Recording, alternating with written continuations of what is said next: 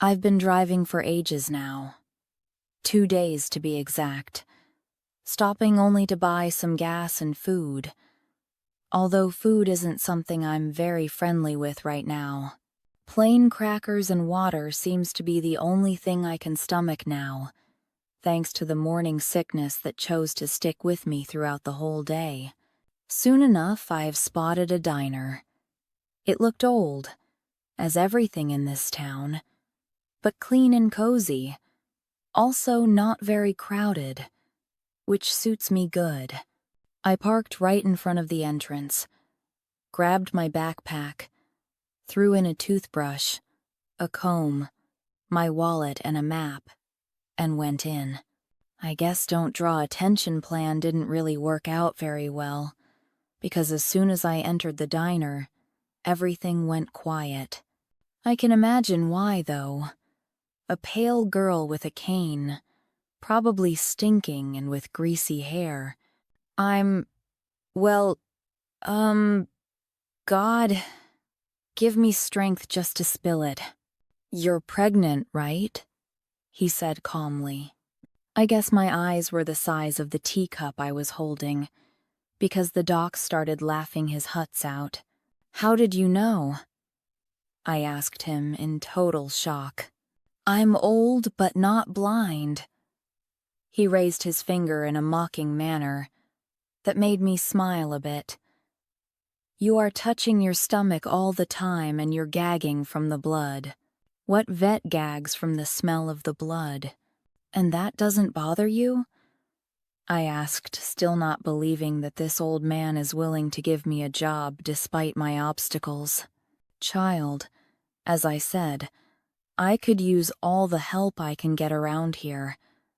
I could definitely use you, if you could handle an injured fox and make a bunch of youngsters obey you.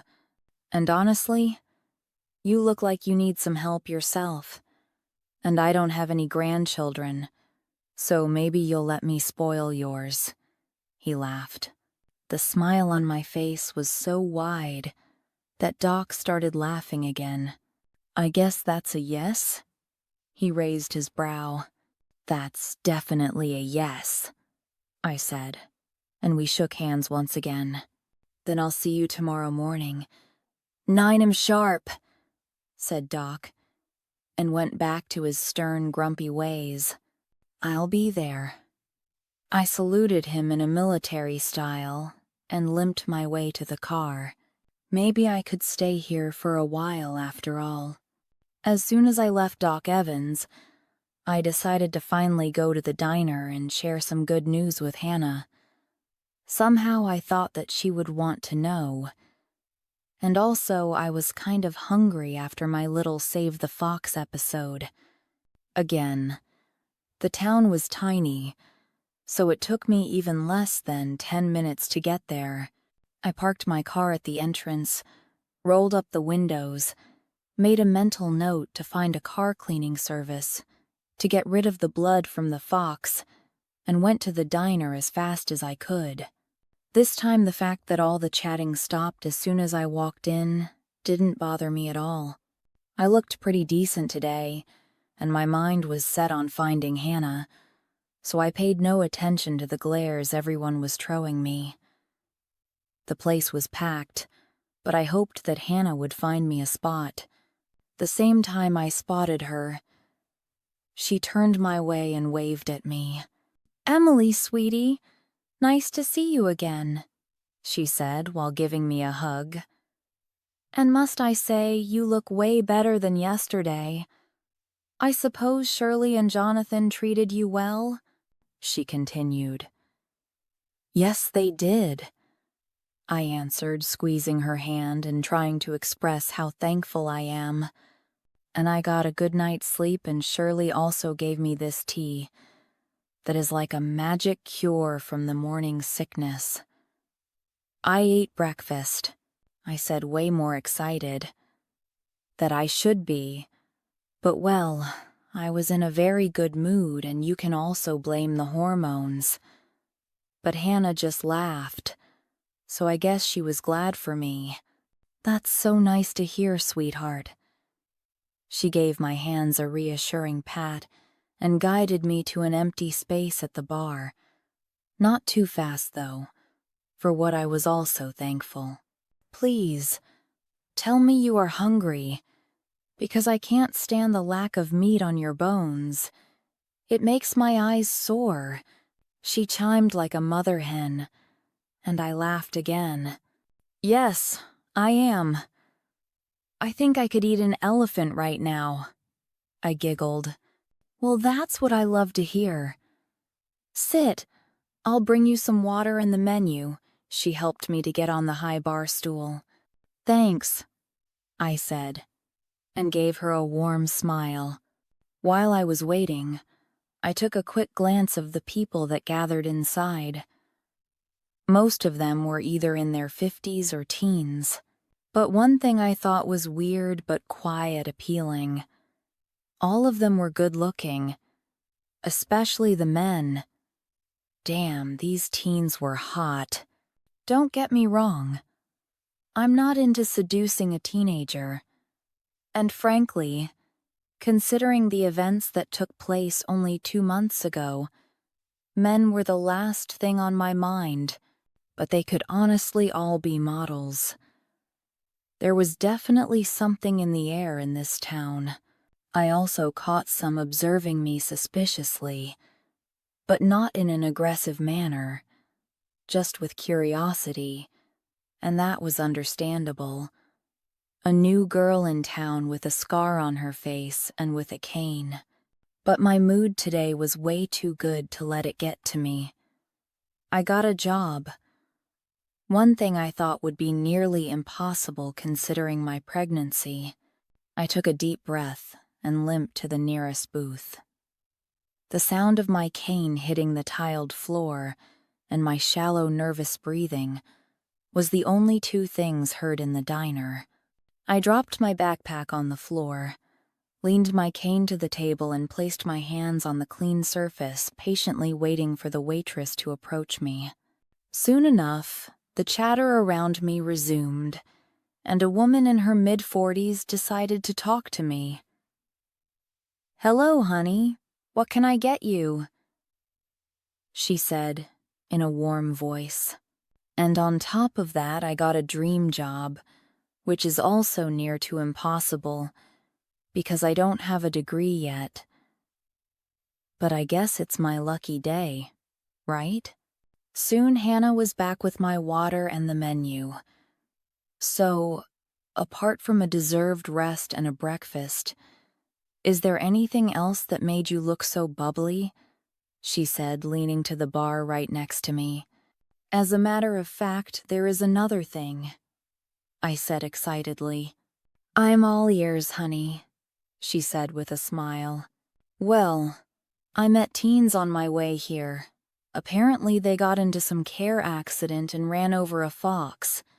So we took it to the vets and Doc Evans hired me. I bragged with a huge grin, to which Hannah brought her hands to her heart and squealed so loud that I thought I would go deaf. Oh my good. I'm so glad for you. So I guess that means you're staying? She chimed. I guess it does. I laughed. That's amazing. I'll get to feed you. Why doesn't that surprise me? Oh, please do that. That tea and the good news brought me my appetite back. She laughs again and pats my back lightly. Then let's not waste any more time and get you something to eat, okay? So I stayed in the diner for a while.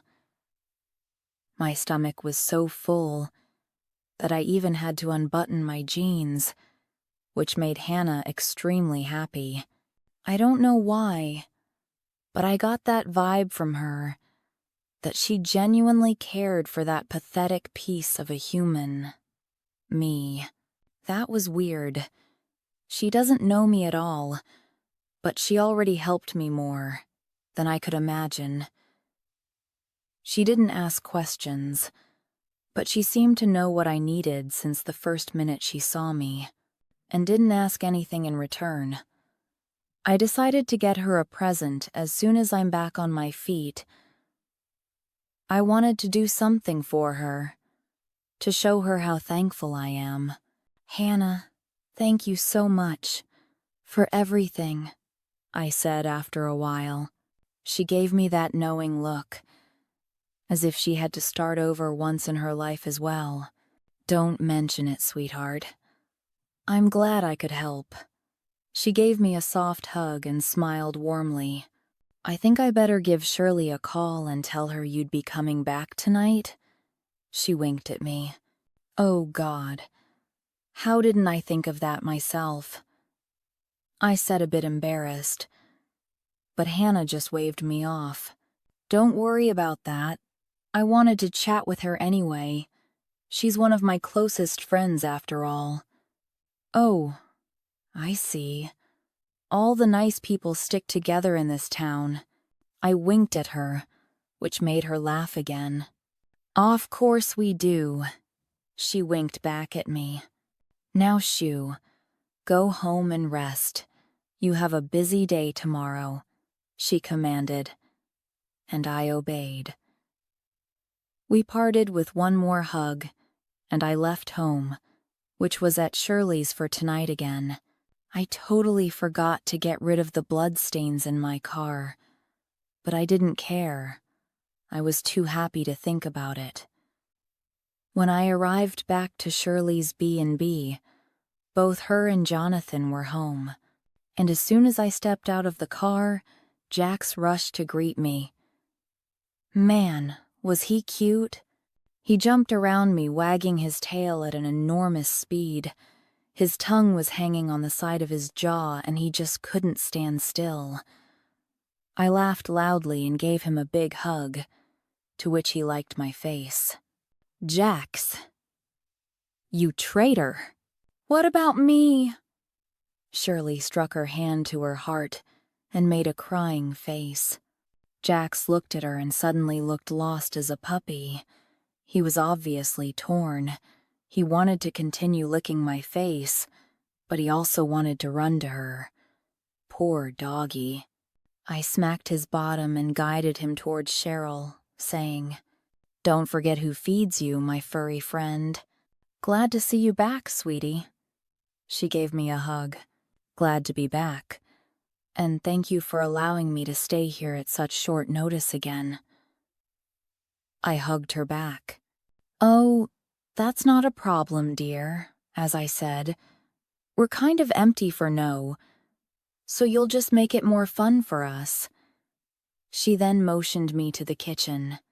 Let's have a cup of tea, and you'll tell me all about your day and why you decided to stay after all.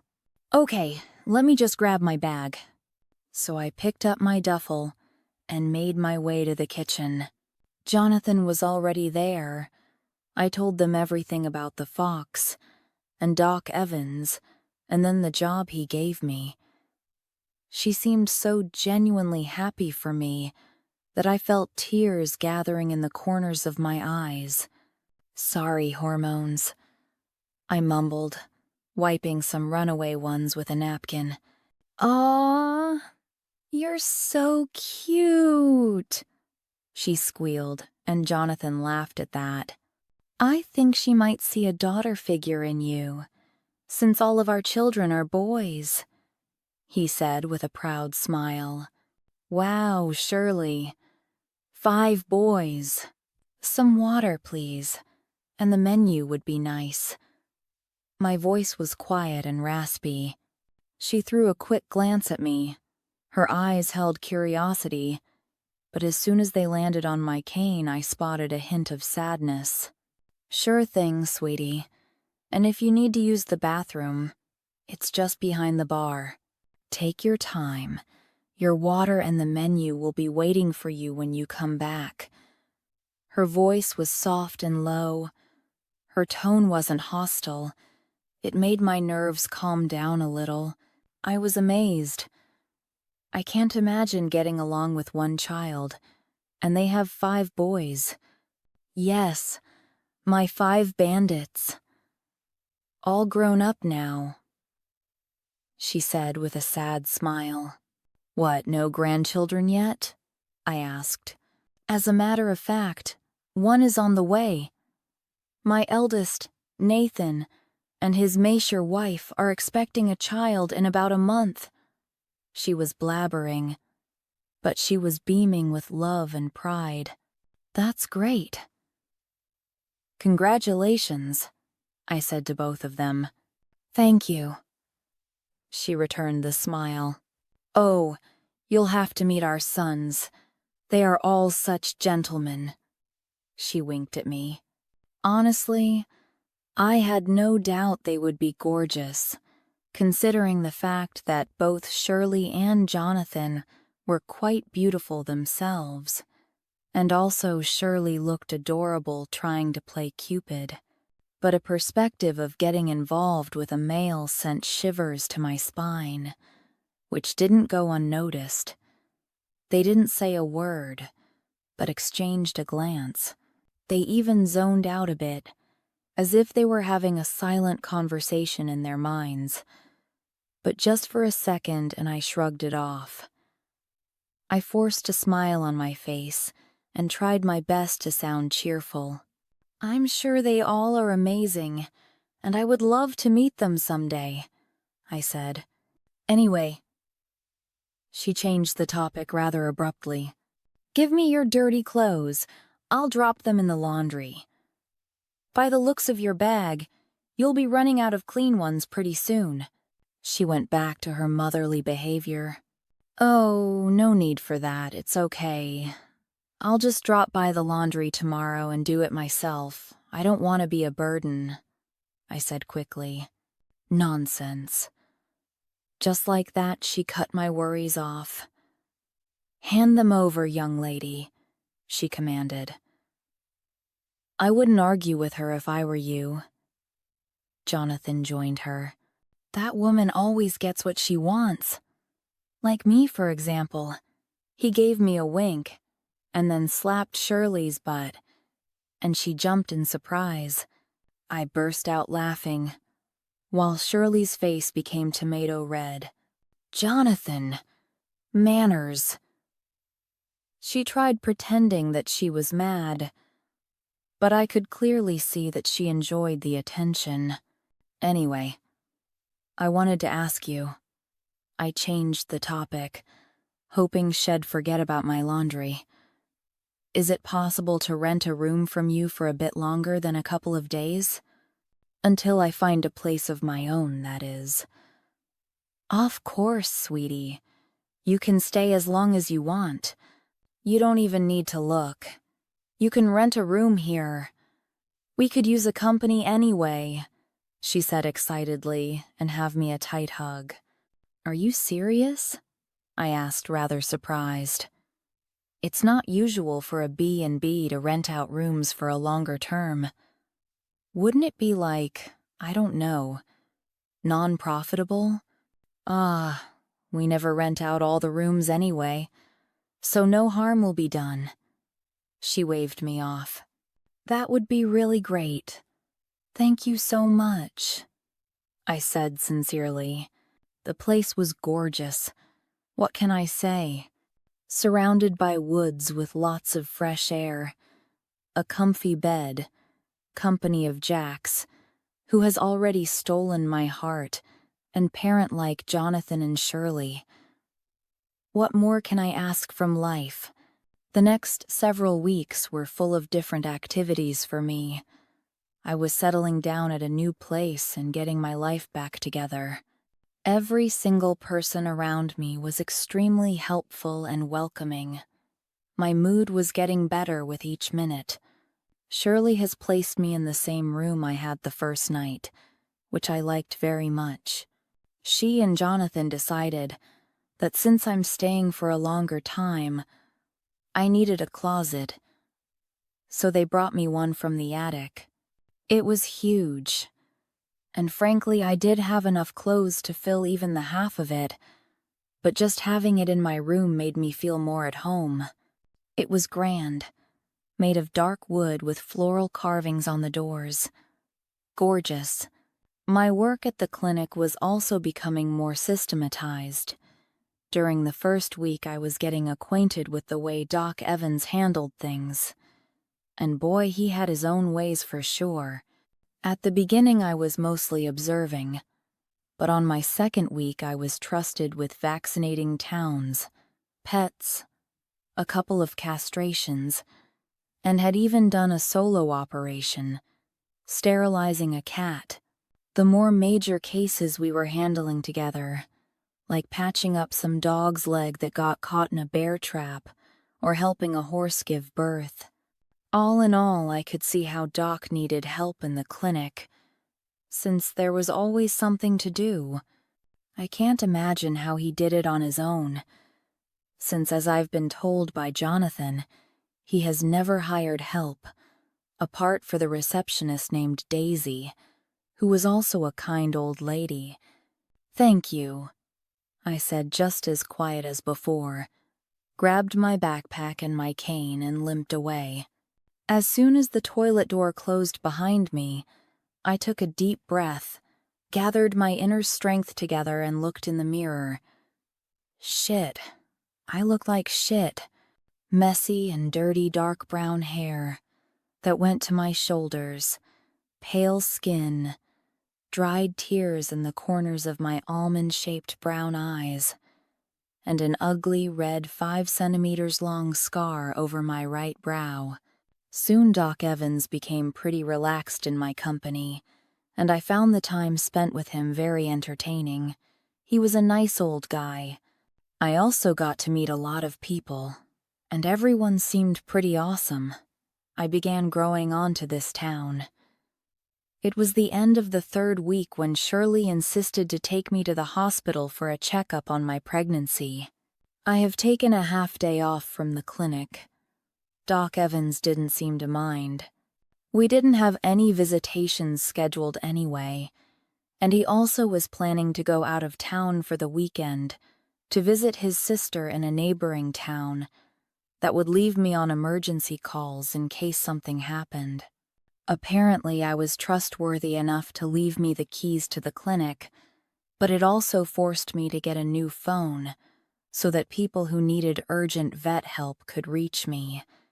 We decided to kill 2 rabbits with 1 shot and drive by the mall after the checkup. Shirley seemed way more excited about this checkup than me, but I knew it was necessary. I didn't care about the way this baby was conceived.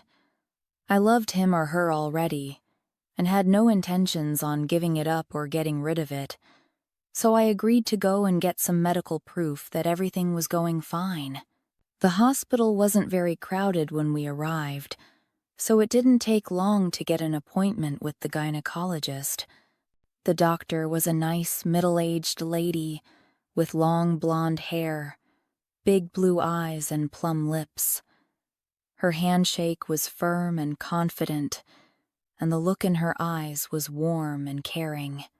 Apparently, it was a common thing for the people in this town, which I found pretty appealing.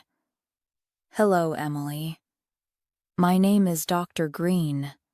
I will be your doctor," she said in a soft, melodic voice. "Nice to meet you, doctor," I replied politely. "Shirley. Nice seeing you again." She gave Shirley a warm hug. "Same, Lara. Now come. Take care of my girl here." Shirley turned on her mother mode. "Of course." Doc smiled and then turned to me. "Follow me. Is Shirley joining us?" "Yes, sure, if she wants to," I replied. I didn't want to drag her in there with me, but honestly, I would feel more comfortable with someone to hold my hand. Usually it's the father, which in my case was impossible. "What are you talking about? How can I not want to join?" Shirley said, with an offended look to which I laughed lightly, but rather nervously. We went into a nice pale pink-painted room, with a medical table in the middle, a chair right next to it, and some machines near the walls. "Emily, Please lie down on the table and lift your shirt up, said the doc. And I did what she said, with a little help from Shirley, since my leg didn't allow me to be very skilled at this kind of gymnastics. Shirley placed herself on the chair near me, took my hand and gave it a reassuring squeeze. Okay, I'm going to smear some gel on your stomach. It's going to feel a bit cold, okay? She asked, and I just nodded. I was suddenly too nervous to speak. This would be my first ultrasound, and different thoughts started racing through my mind. What if my baby was sick? What if it's not a baby but a tumor? What if he has 3 hands instead of 2? Or worse, what if he has only 1 leg? 1 cripple in the family is enough.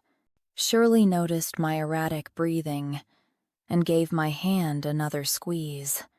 It's going to be fine, sweetie, don't worry, she whispered. Again, I just nodded.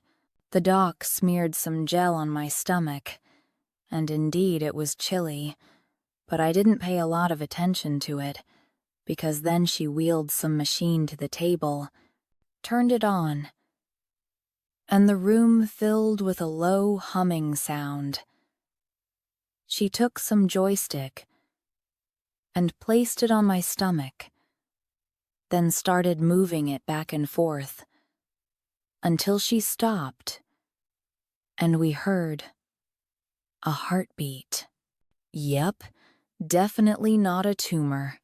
Well, the heartbeat is steady and strong. Congratulations. She cheered. A huge grin appeared on my face when I looked at Shirley. Steady and strong. I repeated Doc's words with a stupid look on my face. Shirley laughed brightly and patted me on my cheek.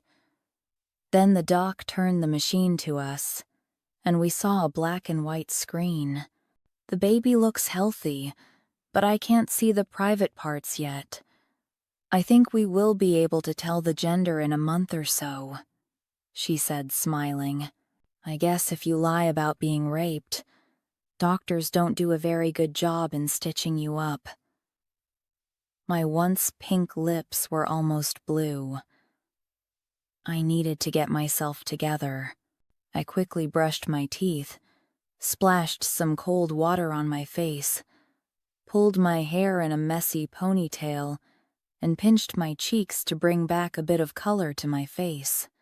I also changed my t-shirt because the one I had on looked very bad.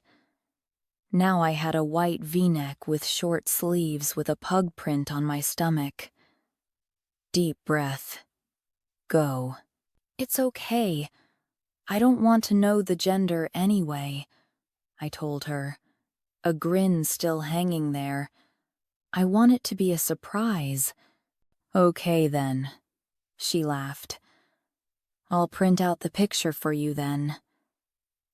I looked over at Shirley, and she had tears in her eyes.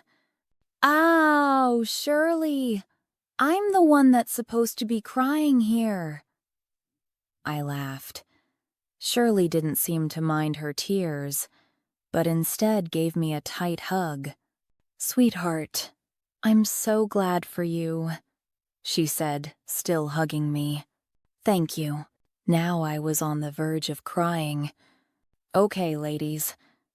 Let me take some blood for tests, and then I'll leave you to clean up, and we'll be waiting at the receptionist's desk to go through some paperwork, okay? She smiled at us once again, took some blood, and then handed us a small 10x15 centimeters black and white picture, and quietly closed the door behind her. I don't know about you, but I can see clearly that this little one will be a heartbreaker, said Shirley, putting her hands on her hips. I just continued staring at the picture. This is my baby. A child. It's real. How am I going to pull it off? I sat there for a couple of minutes more. Shirley waited patiently. Then I took a couple of napkins, wiped the gel from my stomach, and climbed down from the table, again with a little help of Shirley. "Let's go deal with the bureaucracy," she said with a gentle smile and handed me my cane. "Let's do it." I smiled back at her, and together we walked out of the room. It took us almost half an hour to settle all the papers, since we needed to request a transfer of my medical records from my previous hospital. I thought crossed my mind that due to this transfer, people in my old town would know where I was, but I was reassured that all the medical information is strictly private and falls under the doctor divided by patient confidentiality, so I calmed down and figured I was safe. Shirley then insisted we stopped at the diner to get some food, but I knew too well that her main goal was to show Hannah the picture. Not that I minded both of the agendas. My appetite has increased. I started gaining weight already, so yes, I was feeling hungry, and I also wanted to share the good news with Hannah, since she was the first person to show me kindness in this town, and I felt I owed it to her, in a good way. After a not-so-quick meal, we went to the mall, bought me a simple phone, since I wasn't too keen on all this fancy stuff, and wasn't really planning on using any of the social media. I was fine without the internet, only checking my emails once in a while, rarely watched television. All the news I needed to know came from the newspapers Jonathan read while sipping his morning coffee. Having close to no interaction with the outside world brought me peace and made me feel content. I should have known that the trip to the mall will not end with just me buying a phone.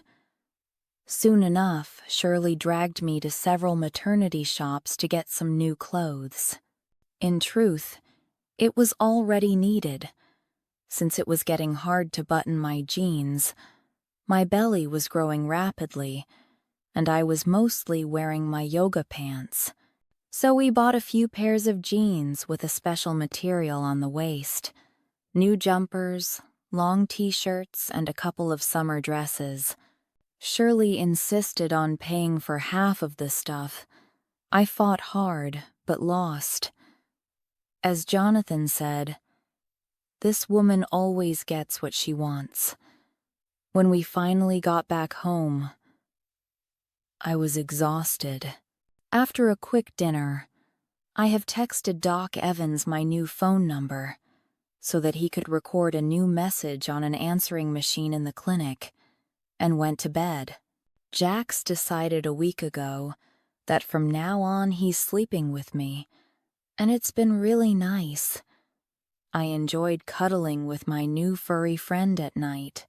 We've become pretty close with this huge monster of dog. The next few days I'll have to be ready any minute to tend to those in need if something happens. Friday was uneventful.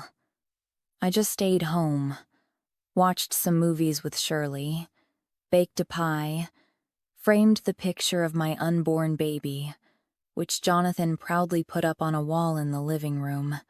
These guys became like second parents to me, which constantly brought tears to my eyes, but I mostly blamed the hormones. Then came Saturday. I received 0 calls from the clinic, and the day was slowly dying. So I decided to take a walk with Jax. I grabbed a light jacket in case it got chilly in the evening, a treat for Jax, and limped into the woods. I liked the woods. Squirrels were hopping from one tree to another, birds were chirping, Jax was having fun running around. The evening air was warm, but refreshing. I slowly returned to my booth, dropped my backpack on the seat near me, the cane on the previous spot. Just as the woman said, a menu and a glass of water flavored with some lemon and peppermint was waiting on the table. I gulped the water hungrily and tried to choose something to eat. "You look better, sweetheart. What can I get you to eat?" the woman came back. Wow, if everyone was so sweet in this town as her, I could consider staying. The nature here was impressing. Tall trees with moss, soft grass under my feet, some bushes with different colorful berries. It looked very beautiful in the light of soon-to-be setting Sunday. I don't know how long I have been walking around, but I guess not less than a couple of hours, because my leg was pretty tired, and my walking pace was now close to 0. A good thing that I never went too far from home, so it will not take long to get back. I whistled for Jax to come back, and slowly we started walking towards home. The sun was almost down. Its last rays were shining through the trees with a bright reddish light. As we were about to step out of the tree line, I suddenly heard some weird noises. I turned my head towards the sounds, and the sight in front of me made my heart stop for a second. I saw a huge gray wold all covered in blood, heading slowly my way. It was huge, really. Its head reached right to my breast. I have never seen a wolf this big, and I've seen plenty of different animals. I was pretty sure that I haven't even read anything about a wolf being this big. If it wanted, it could kill me with one hit of its paw. But the moment I looked it in the eyes, all my fear suddenly vanished. It was an odd sensation. The eyes of that wolf were intelligent, and they held no cruel intentions. On the contrary, the look in the wolf's eyes was more pleading, and the second I realized it, a small whine escaped its mouth, and the wolf collapsed to the ground. Thank you. The water made my throat less sore, so my voice wasn't as harsh as before. Maybe some chicken soup would be nice? Sure thing, honey. I'll be back with your food soon. While I was waiting for my soup, I decided to take a good look around the diner. Maybe I could work here? The design of the place was pretty decent. White tiled floor, creamy walls with pictures of smiling customers in simple wooden frames, a clean bar with 10 dark red leather bar stools, some tables covered with white linen and artificial flowers in small vases, big windows and several booths, also with dark red leather couches. Pretty small. Nothing fancy, but a very homey diner. It wasn't too crowded. A couple of old guys at the bar drinking beer and sneaking glances my way. Some teens in the booth in the far corner of the diner, and they seemed pretty interested in who I was, but didn't dare staring. So again, sneaking glances. I've spotted only one waitress, the one that served me and a chef. The radio was playing some old Dixie. The music seemed soothing, and I found myself feeling relaxed for the first time in last 2 months. The place was nothing like home, and that's a good thing.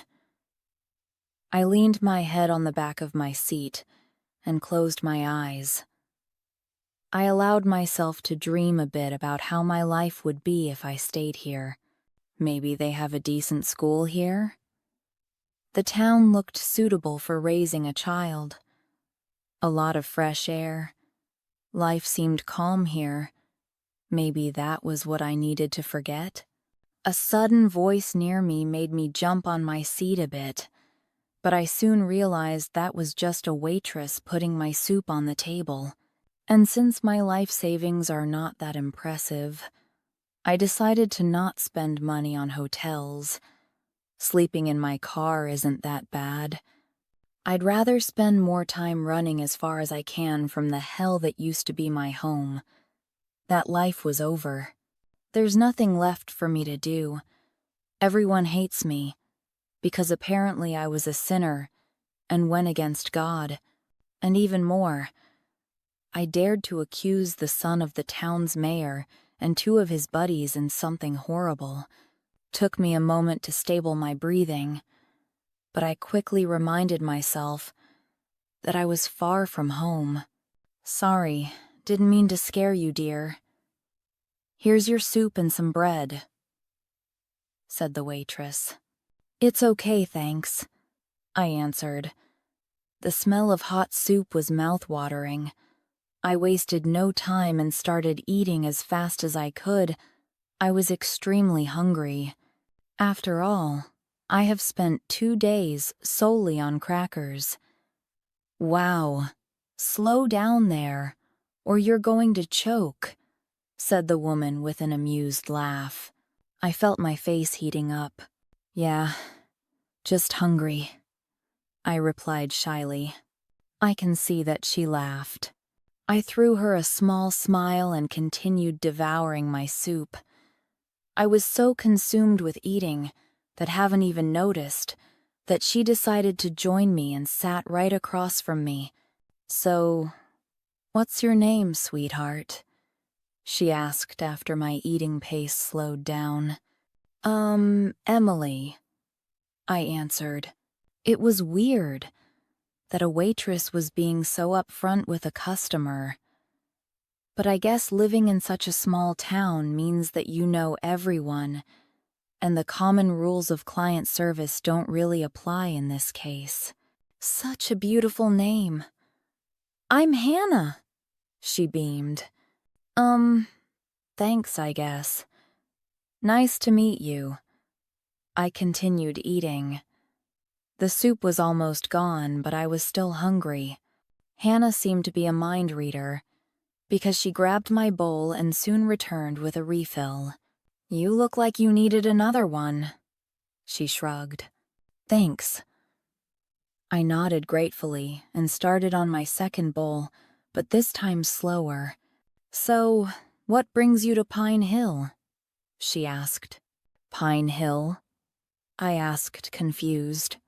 Why, yes, that's the name of our town, she said.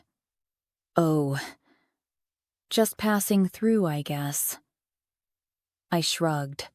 Oh, I see. So, where are you heading to? She seemed very interested in my business, but I didn't mind. She gave me this feeling, as if suddenly someone cared, and I don't know, I seemed to enjoy it. After all, I don't have people who care anymore. I'm a sinner and a liar. That's what my family thinks. Honestly, I have no idea, I said with a laugh.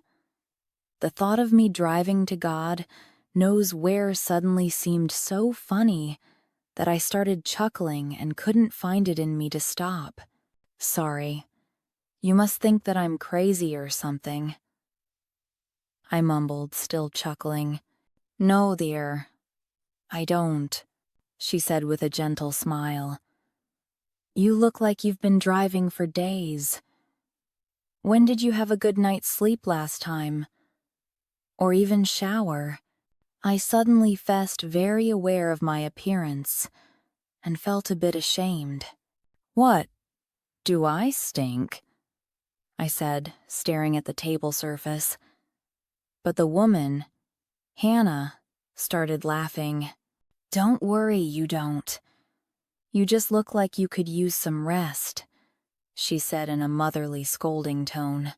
And this kind of lifestyle isn't good for the baby as well, you know. The spoon with the soup froze midway to my mouth. How the hell did she know I was pregnant? I guess my eyes grew 10 times bigger, and my mouth was open for way longer than it should, because she started laughing. Sweetie, you keep touching your stomach, and this appetite of yours is saying something as well. After all, it is a very big bowl of soup for a tiny thing like yourself. She placed one hand over mine and squeezed it a bit, in a reassuring manner. Oh, I just said, and put the spoon back in a bowl. How far along are you? She asked. 2 months. whispered. Ooh, morning sickness should be killing you now, you poor thing, she exclaimed. You don't say. I mumbled, still looking at my soup. Eat up, dear. You need a proper meal. She squeezed my hand again, and soon enough I finished my second bowl. You know, there's a pretty nice B&B on the outskirts of the town. You could stay there for the night, she suggested. I would like that, thank you, I said. No problem, dear. And come back for breakfast. I'm sure I still have some tricks up my sleeve to make a pregnant girl eat in the first trimester. She beamed. Wow. She was so nice. It was good to experience something like this for once. Thank you, I will. I smiled at her. She gave me the address of the B&B, and I decided that I might spend some money this time. After all, I did stink, and my back was sore and my leg was killing me as well. Painkillers were out of the question, since they don't do well with the pregnancy. It took me only 10 minutes to reach the B&B. It was a small 2-story wooden house near the woods. A soft light on the porch illuminated the driveway. The sweet and wonderful Connor Matthews was not capable of rape, so there's no need to check if I might be right. Yep, no rape kits were used on me, because I'm a liar. And my injuries? That surely was a wild animal attack. As if bears know how to use knives. I guess living in such a small town as mine makes people scared to shit of the authorities and can easily cloud their judgment. Honestly, I don't give two shits anymore. As soon as I stopped my car, another middle-aged woman stepped out of the house and greeted me with a warm smile. You must be Emily, right? Hannah called me and warned of your arrival. Come, I have a perfect room for you on the first floor. She reminded me of a mother hen, but not in an irritating way. I guess Hannah also told her about my troubled leg, but I didn't mind. I wouldn't want to climb to the second floor. At this point, my leg was throbbing and making me flinch with every step I took. Thank you so much. I appreciate it. No problems, dear. I went to get my duffel bag from the back seat, but she was way faster than me. No, dear, let me take this. You don't need to carry heavy stuff in your condition, she blurted out. I guess Hannah also told her about the baby. It's not a problem, really. The bag isn't heavy, I tried arguing. Nonsense. She threw her hands in the air and gave me a look that clearly said, Don't mess with me, I know better. Okay, thank you again, I said. Well, this town is very interesting. She then guided me through the house, and it looked very homey on the inside. Everything wooden, with this rustic touch, dried flowers in clay vases, oil paintings of woods on the walls, leather couch and 2 armchairs, a small hardwood coffee table, a bookshelf stuffed with books, obviously, cure curtains on windows and a sleeping place for a dog in the corner. You have a dog here? I asked curiously. Yes, his name is Jax. He's pretty old but extremely lovable. He's out on a walk with my husband now. Are you allergic? The sound of her chatter was soothing. She was a very nice woman, I thought. No, I actually love animals, I reassured. Good. This town sometimes reminds me of a zoo, she laughed. How come? I asked. Oh, well. She paused for a tiny bit. The woods here are full of foxes, deers, even wolves. Mother Nature did bless us with inhabitants. That's very nice. It means that the ecology here is good. I tried to maintain the conversation, but I guess my brain was slowly shutting down, because clearly I sounded like a very bad mock of a Discovery Channel show, which obviously amused the woman, because she started laughing so hard and contagious that I joined her. Sorry, I'm just a bit off my game. I apologized. No worries, dear, no worries. And you most certainly are right. The air, the water, everything in this region is good. And by the way, my name is Shirley. She finally decided to introduce herself. It's a beautiful name, Shirley, and it's very nice meeting you. It was nice indeed. It seems that everyone I meet in this town is nice so far. Thank you, dear.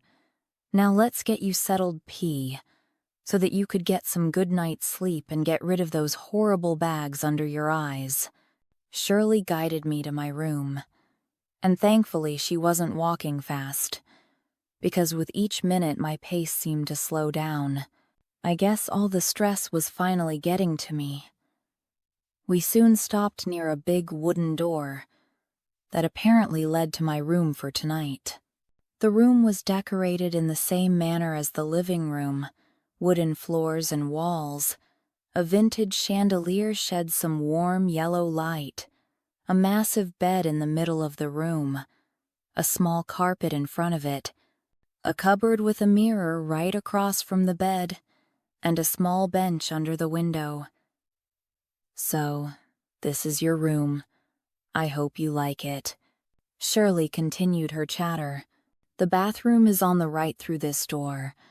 The shower is also there. All the doors have locks, if you feel like you need privacy, but I assure you that no one is going to barge in at night. She laughed. Thank you once more. This is wonderful, I said with a grateful smile. At what time do I need to check out? I asked. Oh, don't worry about that. We don't have any strong policy on this one, and you are our only visitor this week, so no worries. You just get your needed rest. Wake up when you wake up, and we'll deal with everything later, she said in her sunny, bright voice. Thank you again. Good night. I gave her a small wave. Sleep tight, dear. She suddenly hugged me. Her embrace was warm and reassuring. It's been long since someone hugged me like that.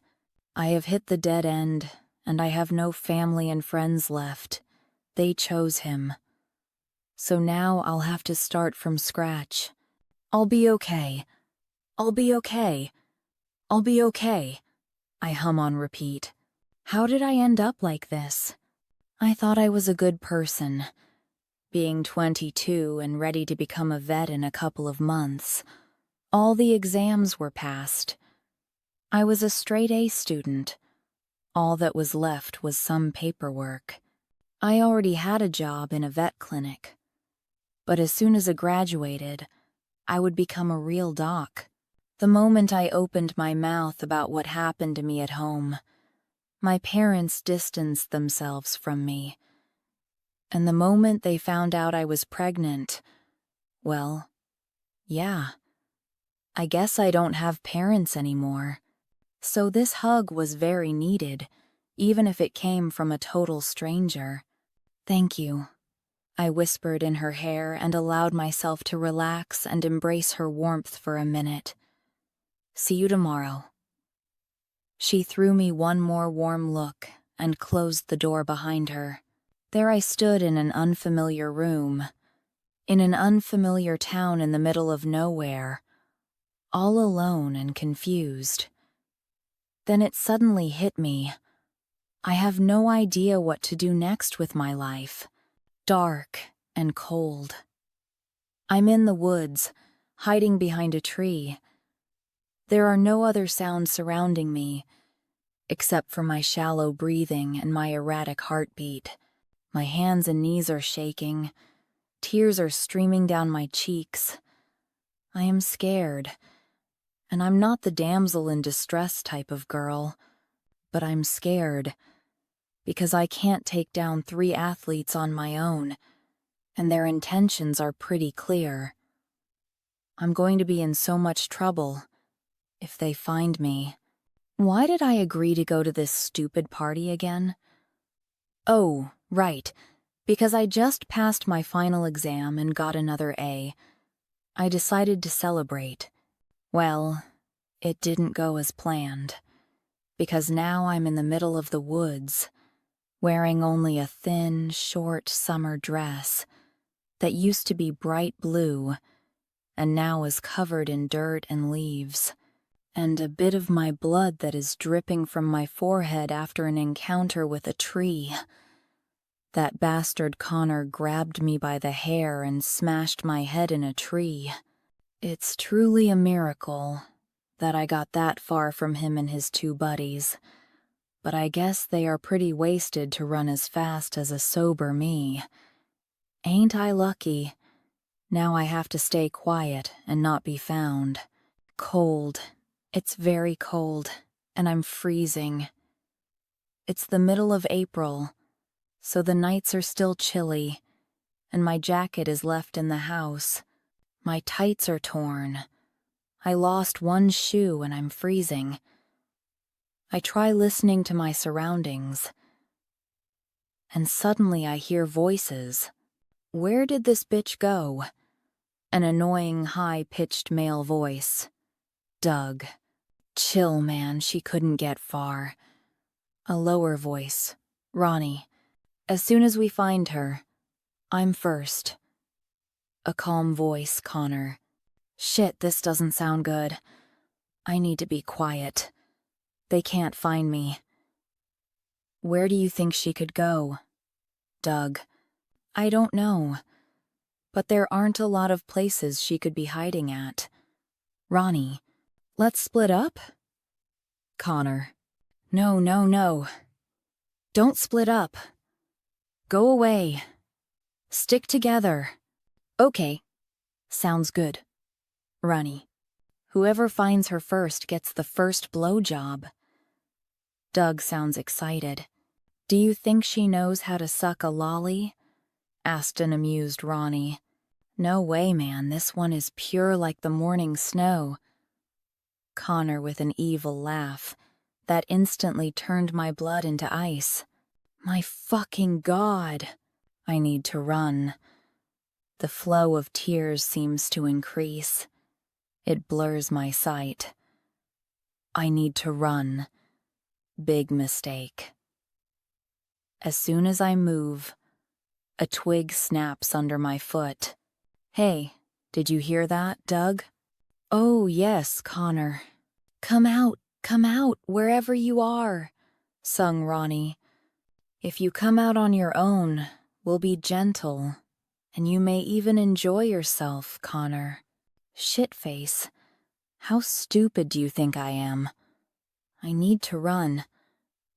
I take a deep breath and sprint as far away from them as I can. My lungs are burning. My bare foot hurts like hell, but I push myself further into the woods. I can hear running behind me, and it's getting closer with each second. Then suddenly a hand grabs my hair and pulls me back. I hit the ground and all air leaves my lungs. Gotcha. I wake up with a start.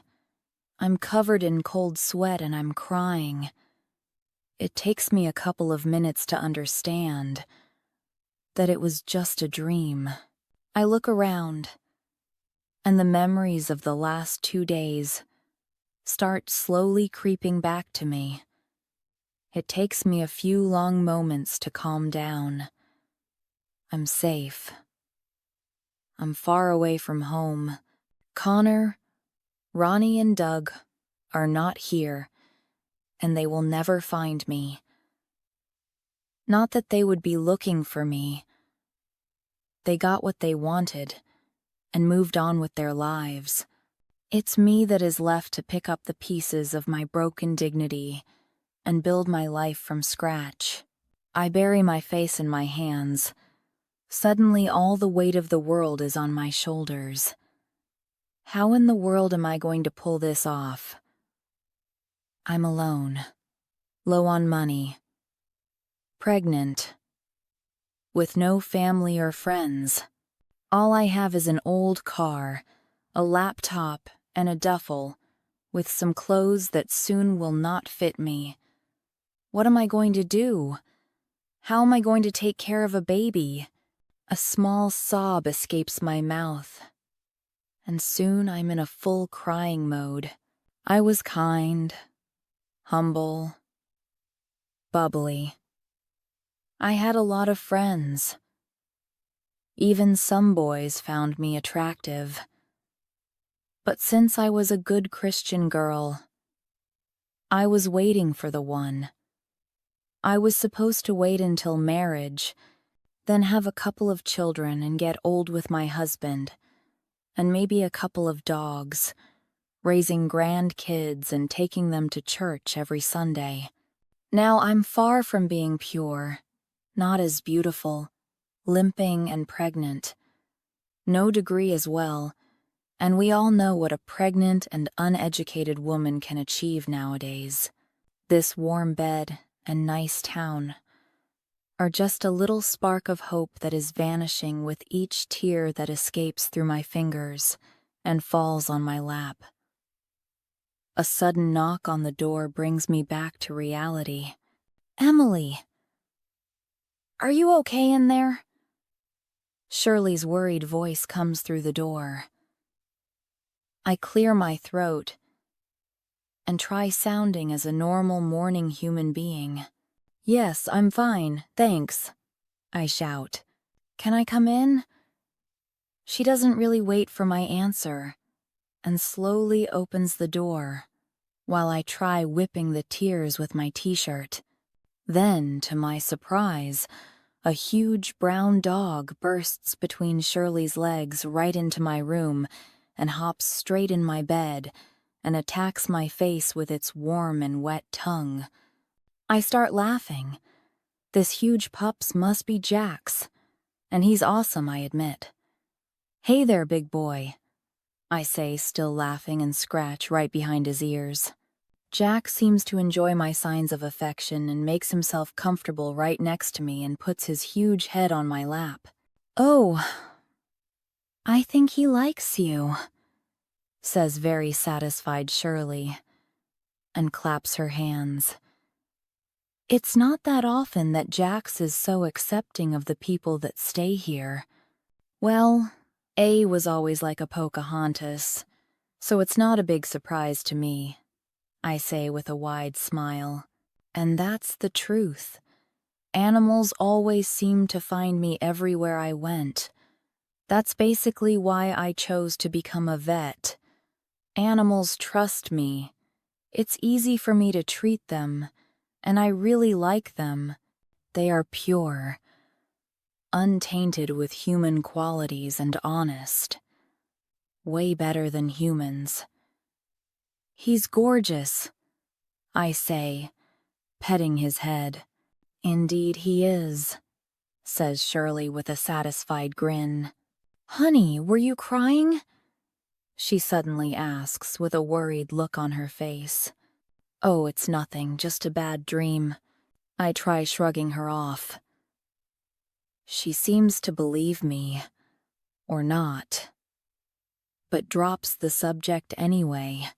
Okay. Well, breakfast will be ready soon, so if you're ready to get up, the kitchen is down the hall. You're welcome to join me and my husband, she said back to her carrying motherly ways. Thanks. I'll take a quick shower and be right with you. Not that I was very hungry, but I could use a cup of tea before I leave. And I still need to pay for my stay. I could do that after she eats. I don't want to ruin their morning routine. Okay. See you soon then, she chimes. Jax, come. The dog gives me a final lick to my cheek and hops of the bed. I can't help but smile. He's a cute giant of an unknown breed. After they leave, I decided to take a quick shower, dry my hair, and try making myself presentable. Last night's sleep was way needed.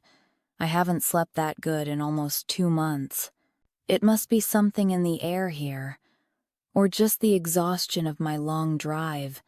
But despite my nightmare, I feel refreshed. I take a closer look at myself in the mirror.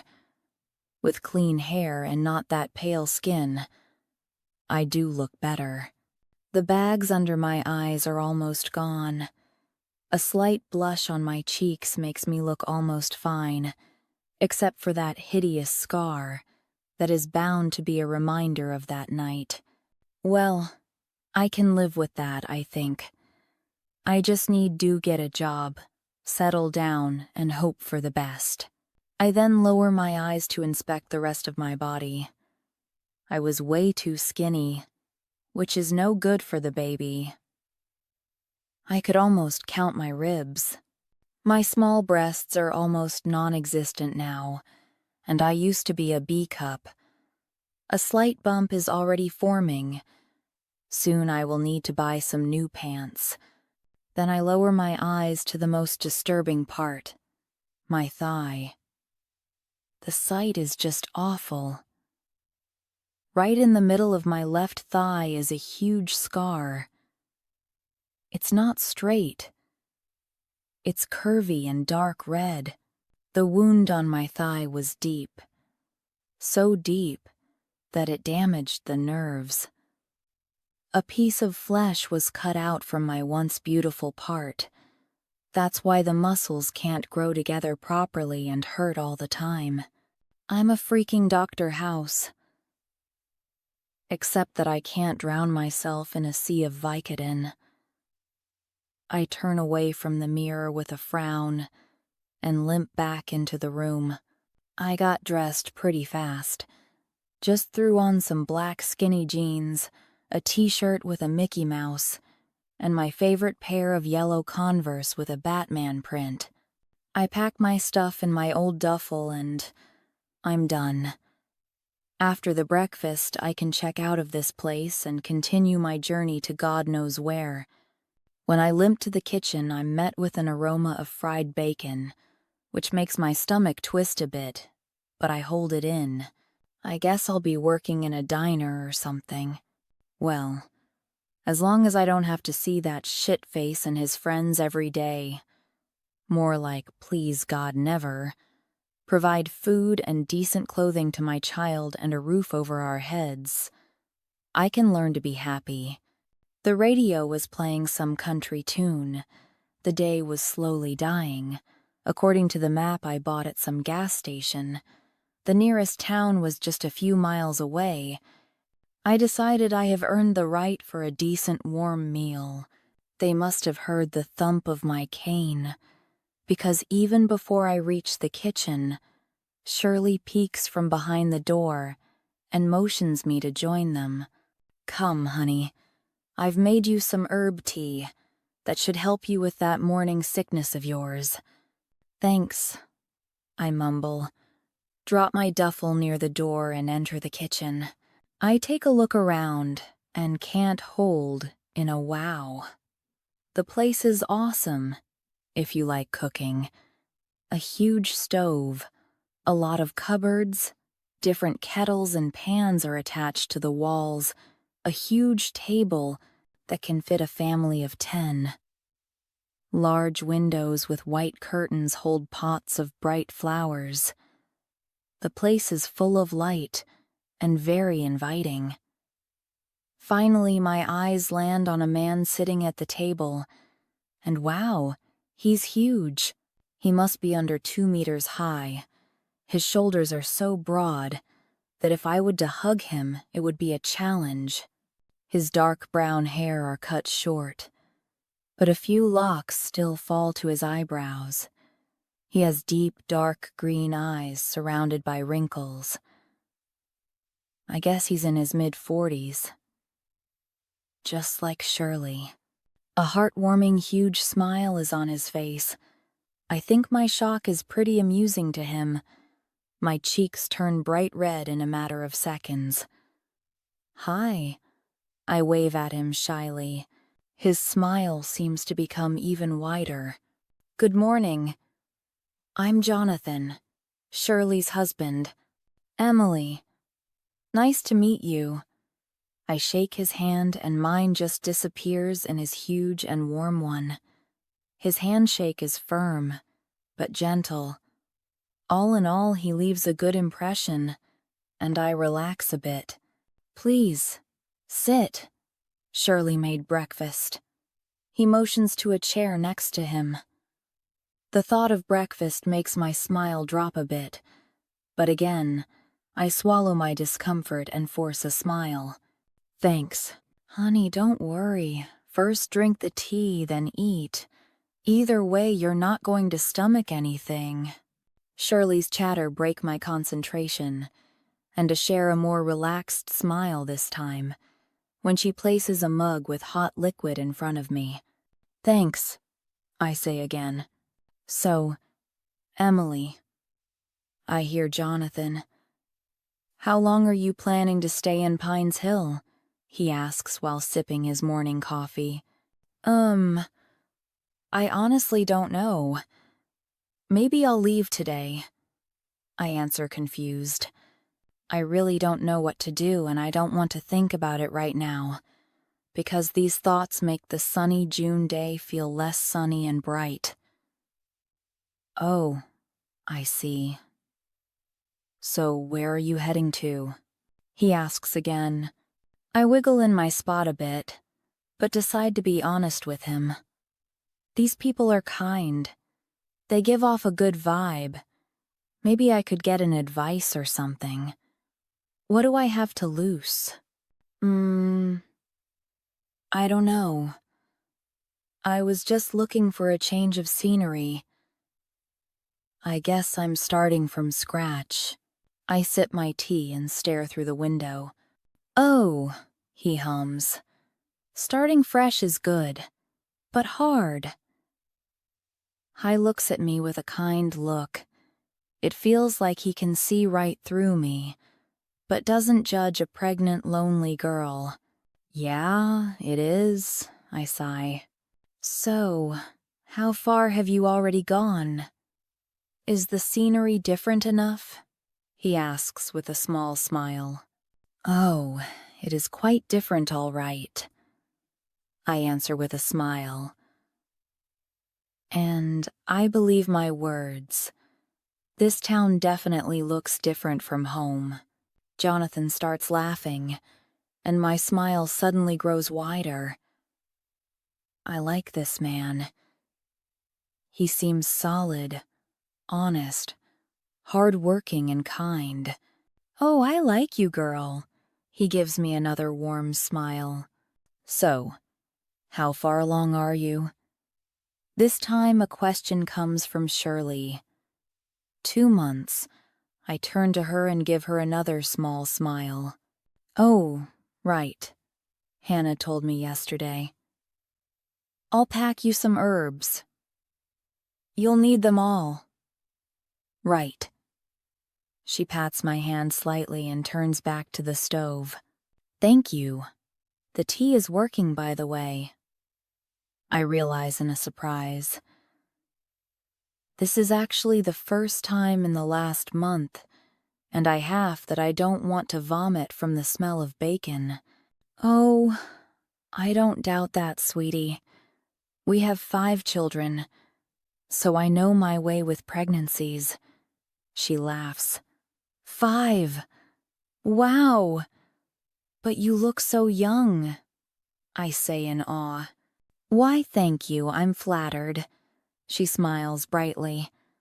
"I'm actually 53, she says with a smirk. At this information, my jaw drops. "Just wow," I say, which makes both of them laugh. "There must be something in the air here." She winks at her husband, and he returns a wink with a smile. Okay, dear. Now eat up, she says and puts a plate of scrambled eggs and bacon in front of me. Thank you so much. This is going to be my first proper breakfast for I don't know how long, I say thankfully. You are welcome, sweetie. She smiles at me. We continue chatting for a while, until I'm done with my meal. I could only hope that my stomach could handle it. And also I was becoming tired of driving. 2 straight days almost non-stop on the road can drive you insane. My back was killing me. My eyes were red and puffy with bags under them. My lips were dry. Hands were shaking. I was exhausted and on the edge, and I was still wearing the same clothes from when I left. I desperately needed to shower and change. I feel stuffed and happy. It's a good feeling and these people are nice, so I don't hide my wide smile from them. Jax also seems happy. He once again places his huge head on my lap. Jax likes you, says Jonathan with a smile. I like him too, I say, patting his head. I take a closer look at his eyes, and my vet instincts kick in. I see some mucus in the corner of his left eye. I take a closer look, holding his head firmly, and mumbling something in a calming tone to keep Jack still. Yep, his eye is infected, but it doesn't look bad. His left eye is inflamed a bit. Nothing serious, though. Just wash it with some black tea a couple of times, and it'll be good as new, I say to Jonathan. He looks at me a bit surprised. How do you know? And how did you manage to keep him still while poking his eye with your finger? He asks with a laugh, and I just shrug. I'm almost a vet, and I've always been good with animals. They seem to like me. I see, he says in a hushed tone. Thank you for the advice. We'll do what you said. He smiles at me again. Welcome. I return the smile. Okay, I think I better head out, I say with yet another smile. Sure thing, dear. And don't forget the herbs. You need to eat good for this little pup of yours, she chimes. And if you decide to stay longer, our doors are always open for you, okay? She gives me a strong hug. Man, she is so nice. My pregnant brain starts to produce a couple of touchy tears, which I hurriedly wipe away. Thank you again. You are so nice, thank you, I say quietly. She squeezes me a bit tighter and then lets go. Have a safe journey, dear. Then Jonathan grabs my duffel, and they both walk me to my car.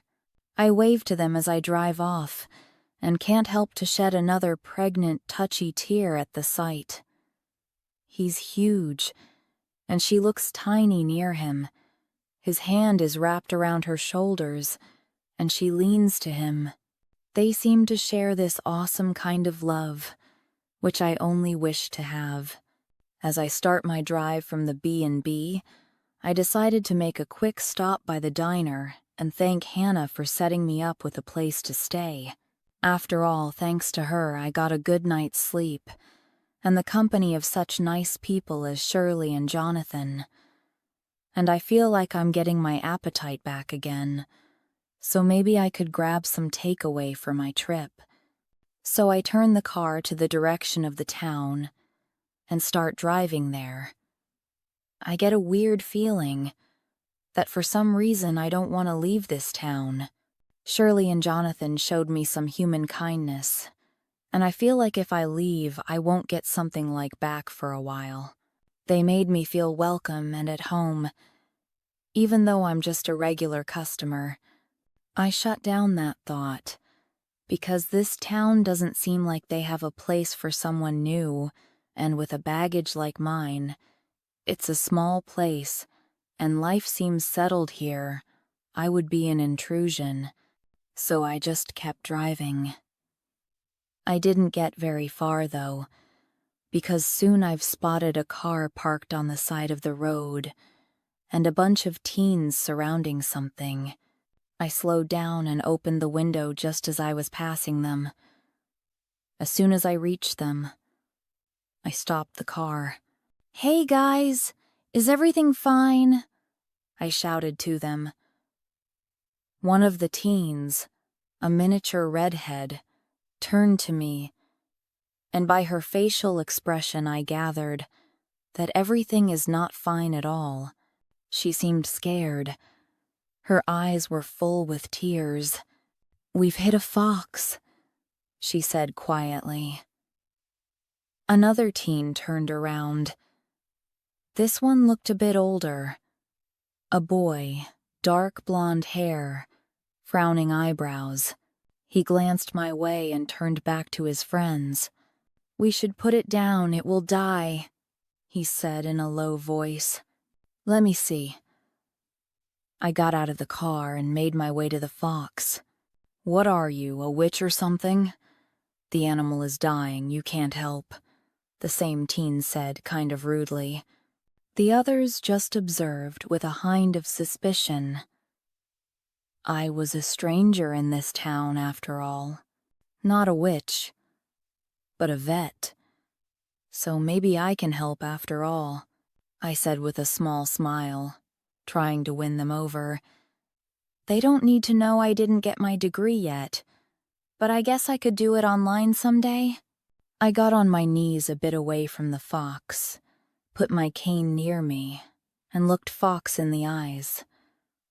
An injured animal is very aggressive. It would be a mistake to approach him fast. "Hey there, buddy," I whispered to the fox. I guess it's a good thing that I haven't seen myself in a full-length mirror, because I could imagine how I looked like, probably like a hobo. But what did you expect? 2 days in a car driving and crying won't do any good to anyone. Some 15 minutes later, I entered the town. "I'm not going to hurt you. I'll just take a look, and maybe I could help you, okay?" I was talking with the fox as if it could answer me, and the teens throwing me some weird looks. But I knew what I was doing, so I didn't pay any attention to them. I slowly crawled to the fox, and when I was right next to it, I started talking to it again. "I'm going to touch you now, and you will not bite me, okay?" My voice was calm and soothing. I slowly placed my hand on Fox's head and scratched behind his ears. Then I moved my hand just beneath his jaw to make sure he will not be able to bite me when I start touching his injured parts. With another hand, I gently touched his ribs. A small whine escaped from the fox, but he allowed me to continue examining him. "Wow," said the redhead. "Quiet. Don't scare the fox. I need my hands attached to my body," I said with a smirk. The tens now looked at me in awe. I gathered that the fox just snarled at them when they tried to approach it. But, well, I'm the Pocahontas here, not them. A couple of ribs were broken, but its lungs didn't seem to be punctured. What got me worried was a little pool of blood under its legs. One looked broken, and the blood was still oozing out. When my fingers touched the blood, I felt like sharing the insides of my stomach with the others. I turned around slightly, and my face color became a bit greener. "Some vet you are, can't handle a bit of blood," said Cocky Blonde. "I'm pregnant, smartass. As much as I know, it could be the smell of your socks that makes me gag," I replied calmly. Another teen elbowed the cocky one in the ribs and whispered asshead. I turned back to the fox, holding my breath, because the metallic smell of blood was slowly getting to me. We need to stop the blood and get this little guy to the clinic. Is there one nearby? I said to the teens. Yeah, not far from here, said another boy, a bit shorter than the cocky one and with curly black hair. Okay, I need a belt and maybe an old blanket or something. We can put this little guy in my car and maybe you could show me the way to the clinic? While one of the teens gave me his belt, I secured it around the fox's leg to stop the bleeding, and together we wrapped him in the old blanket. Can you move my bag to the trunk of the car? I asked the redhead. I'll hold his muzzle, and you put the fox carefully on the back seat, I instructed the boys. All the way I continued talking to the fox. The sound of my voice was calming him. Surprisingly, the boys did everything as I said, and soon enough the fox was buckled up in the back seat of my car. The smell of blood was very intense now, so I opened all windows and hoped for the best. I rubbed my leg, which now hurt like crazy, because I limped all the way to the car without my cane. But the fox was more important for now. So I gritted my teeth and told myself to suck it up. The redhead shut the trunk, picked up my cane and handed it to me with a bright smile. Thanks, I told her, forcing a smile from myself as well. Do you want me to drive with you? Just in case you need help? She asked. No, it's okay. Just tell the guys to drive slowly, because I don't want to hurt the fox, I answered. The girl ran to the car, and soon our little cortege was on the way to the clinic. We arrived some 10 minutes later. This town wasn't big after all. The building was a pretty new and modern, with electronic doors, white plain walls, and only 2 floors high. The redhead ran inside to get a doctor. The boys went to my car to help get the fox out. This time I grabbed my cane, because going without it now would be a suicide. I started talking with the fox again, and he kept looking me in the eyes. 2 held his muzzle so that it wouldn't bite anyone. The redhead soon returned with an old-looking doctor. He was almost as tall as Jonathan, but seemed some 20 years older. Damn. Why are all the guys in this town so small? I feel like a midget, really. Now what have you done, No? Care to explain? He said in a stern voice. I guess the kids are troublemakers. I smiled to myself. We ran over a fox, said the curly one, staring at the floor. Okay, bring him in, he said. But then his eyes landed on me. And who are you, young lady? His eyes were piercing. He was studying me carefully. She helped us with the fox. She's good with animals. She says she's a vet, Redhead intervened. A vet, huh? He said, becoming suddenly interested. It was almost dark, but I could still admire the beauty of it. It looked as if time froze some 20 years ago. Small and cozy buildings, a lot of flowers, grass, and trees. People slowly going home, teens drinking shakes on the benches and laughing. It looked peaceful. I kind of feel ashamed now to intrude their perfect lives with my drama. I would definitely stand out and draw attention, but I decided to put that aside. I needed rest. I needed a reboot. I needed a distraction. Your evaluation, please? Wow, now that is a professional interrogation. Okay, I can handle it. Good morning to you too. The fox has a couple of broken ribs, a broken leg. I've managed to stop the bleeding for now, but this was a temporary solution. It would be best to do an X-ray, Put the leg in a cast and stitch him up, I said in a calm tone. Okay, follow me and let's see if your evaluation is correct. And why in the name of God are you holding his muzzle? His tone was stern, but quite positive, not scary at all. It keeps the fox calm, I answered with a small smile. The doc just smirked and motioned to follow him. Slowly, we all went in. Thankfully, the boys remembered my walking pace, so I didn't have to limp hard. But the moment we got inside, and I spotted a high chair on wheels, I grabbed it and landed my butt on it. A sigh of relief escaped my mouth, and I received eye-side glance from the doc, but he didn't say a thing. Okay, boys, you're free to go. The doc dismissed the teens. I believe having this young lady here will be enough to take care of the fox. Go and make yourselves useful somewhere else. Surprisingly, the teens obeyed him and disappeared quickly. I was still rubbing the fox's muzzle. Okay. Let's see, what have we got here?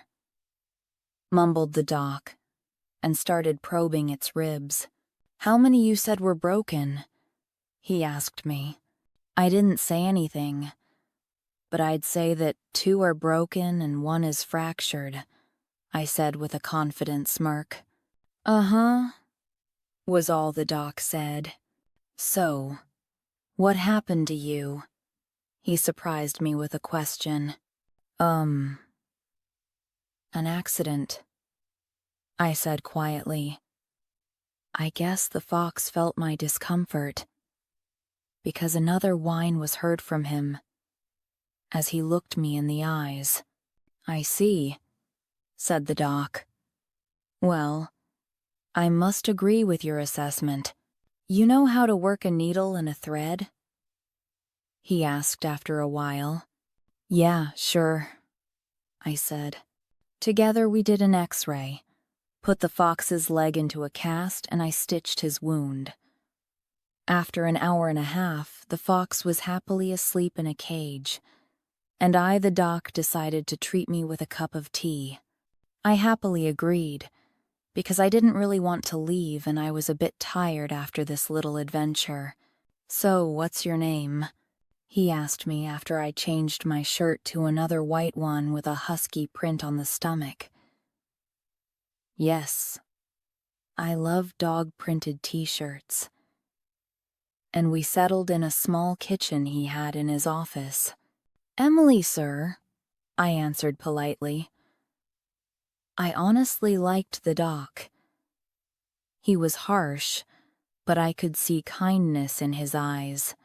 Nice yo meet you, Emily. I'm Doc Evans, he said, and extended his hand for a shake, which I gladly accepted. The pleasure is mine, sir, I said. So, are you here for a while or just passing by? Just passing by. Too bad. His last phrase made me look at him in surprise. Why is that, sir? I asked. Please no, sirs. Call me Doc. He smiled. And because I would really use some help here. Youngsters aren't very interested in patching the little guys up, and I'm not getting younger. Oh. A peaceful silence settled in between us while we sipped our tea. I guess I could stay for a while, if you can really give me a job, I said quietly after a while. Really? He said with a huge smile. Yeah, but, well, this is going to be hard. I'll have to convince him because I'm pretty sure he won't hire me with my baggage. Yes? He asked curiously. There's this thing. 2 things, actually. My face became red as a tomato, but not out of shame, but out of desperation. Oh, how great would it be to get a job as a vet? Spill it, girl. I don't have years. he said, patting my hand with yet another smile. Well, I don't have my degree yet. I got in my accident right after I passed my finals, but didn't have time and the energy to deal with all the paperwork. And since I'm now pretty far from my university, I have no idea how to finalize everything. I blurted out and dropped my eyes to the ground. That's it. He will not give me the job now. Nonsense. We'll figure out something.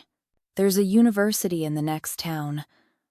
I'm sure we can get a transcript of your records and finalize everything here in no time. He just brushed off all my worries concerning this issue, and I was more than surprised. Was he that desperate to get help? How lucky am I? Wow, thanks, I said in awe. No problem, child. What's the second thing you've got there? He asked. I started staring at the floor once again. This one is kind of personal, I started.